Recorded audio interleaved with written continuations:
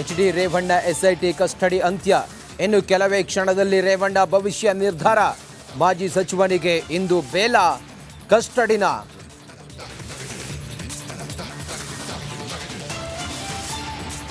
Congress JDS ನಡುವೆ ಮಾತಿನ ಮಲ್ಲಯುದ್ಧ.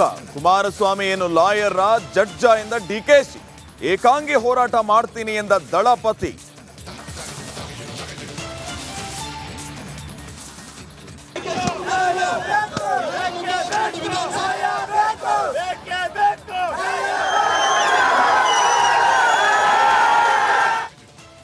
ರಾಜ್ಯಾದ್ಯಂತ ಪ್ರಜ್ವಲ್ ಪೆನ್ಡ್ರೈವ್ ಕೋಲಾಹಲ. ಡಿಸಿಎಂ ರಾಜೀನಾಮೆಗೆ ಪಟ್ಟು ಹಿಡಿದ ದಳಪಡೆ. ಮಂಡ್ಯ, ರಾಮನಗರ, ಮೈಸೂರಲ್ಲಿ ಪ್ರೊಟೆಸ್ಟ್.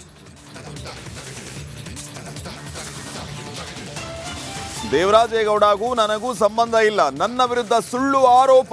ಮಾಜಿ ಸಚಿವ ಎಂಆರ್ ಶಿವರಾಮೇಗೌಡ ಪ್ರತಿಕ್ರಿಯೆ.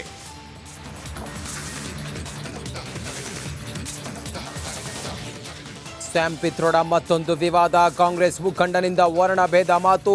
ದೇಶದ ವೈವಿಧ್ಯ ವರ್ಣಿಸುವ ಬರದಲ್ಲಿ ಎಡವಟ್ಟು.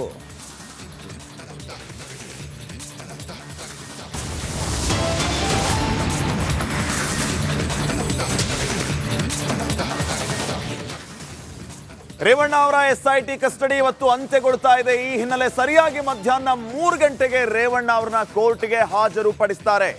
ಮತ್ತೆ ರೇವಣ್ಣ ಅವರನ್ನ ಎಸ್ಐಟಿ ವಶಕ್ಕೆ ಪಡೆಯೋದಕ್ಕೆ ಎಲ್ಲಾ ರೀತಿಯ ಸಿದ್ಧತೆಯನ್ನ ಮಾಡಿಕೊಳ್ತಾ ಇದೆ. ಕಾರಣ ಹೆಚ್ಚಿನ ವಿಚಾರಣೆಗೆ ಒಳಪಡಿಸಬೇಕಾಗಿದೆ. ಈವರೆಗೂ ರೇವಣ್ಣ ಅವರು ವಿಚಾರಣೆಗೆ ಸಹಕರಿಸ್ತಾ ಇಲ್ಲ. ಏನ್ ಪ್ರಶ್ನೆ ಕೇಳಿದ್ರು ಕೂಡ ಸಮರ್ಪಕ ಉತ್ತರ ಕೊಡ್ತಾ ಇಲ್ಲ. ಹೀಗಾಗಿ ಹೆಚ್ಚಿನ ವಿಚಾರಣೆಯ ಅಗತ್ಯ ಇದೆ. ಕಸ್ಟಡಿಗೆ ತೆಗೆದುಕೊಳ್ಳೋದಕ್ಕಾಗಿ ಎಸ್ಐಟಿ ತಂಡ ಈಗ ಎಲ್ಲ ರೀತಿಯ ಸಿದ್ಧತೆಯನ್ನ ಮಾಡಿಕೊಳ್ತಾ ಇದೆ. ಮಧ್ಯಾಹ್ನ 3 ಗಂಟೆಗೆ ಕೋರ್ಟ್ಗೆ ರೇವಣ್ಣ ಅವರನ್ನ ಕರ್ಕೊಂಡು ಬರ್ತಾರೆ. ಕೋರ್ಟ್ಗೆ ಹಾಜರು ಪಡಿಸೋದಕ್ಕಿಂತ ಮೊದಲು ಪ್ರೊಸೆಸ್ ಅನ್ನುವಂತೆ ಮೆಡಿಕಲ್ ಟೆಸ್ಟ್ಗೆ ಅವರನ್ನ ಅಗೇನ್ ಒಳಪಡಿಸಲಾಯಿತು. ವಿಕ್ಟೋರಿಯಾ ಹಾಸ್ಪಿಟಲ್ಗೆ ಅವರನ್ನ ಕರ್ಕೊಂಡು ಬರಲಾಗಿತ್ತು. ಅಲ್ಲಿ ಮೆಡಿಕಲ್ ಚೆಕಪ್ ಅನ್ನ ಮುಗಿಸಿಕೊಂಡು ಮತ್ತೆ ಈಗ ಎಸ್ಐಟಿ ಅಧಿಕಾರಿಗಳು ಸಿಐಡಿ ಕಚೇರಿಗೆ ಕರೆದುಕೊಂಡು ಹೋಗಿದ್ದಾರೆ. ಸರಿಯಾಗಿ 3 ಗಂಟೆಗೆ ಕೋರ್ಟ್ಗೆ ಪ್ರೊಡ್ಯೂಸ್ ಮಾಡ್ಲಿಕ್ಕಿದ್ದಾರೆ ರೇವಣ್ಣ ಅವರನ್ನ. ಈ ಎಲ್ಲ ವಿಚಾರಗಳಿಗೆ ಸಂಬಂಧಪಟ್ಟಂತೆ ಮತ್ತಷ್ಟು ಮಾಹಿತಿಯನ್ನ ನೀಡ್ತಾರೆ ಪ್ರತಿನಿಧಿ ನಾಗರಾಜ್. ಈಗ ನೇರ ಸಂಪರ್ಕದಲ್ಲಿ. ನಾಗರಾಜ್, ಎಸ್ಐಟಿ ವಶಕ್ಕೆ ಪಡೆಯೋದಕ್ಕೆ ಸಿದ್ಧತೆ ಒಂದು ಕಡೆ, ಜಾಮೀನು ಅರ್ಜಿಯನ್ನ ರೇವಣ್ಣ ಪರ ವಕೀಲರು ಸಲ್ಲಿಕೆ ಮಾಡಿದ್ದಾರೆ ಮತ್ತೊಂದು ಕಡೆ. ಏನಾಗ್ಬೋದು ಅನ್ನೋದು ಸದ್ಯಕ್ಕಿನ ಪ್ರಶ್ನೆ. ಏನೆಲ್ಲ ನಿರೀಕ್ಷೆ ಮಾಡಬಹುದು ನಾವು?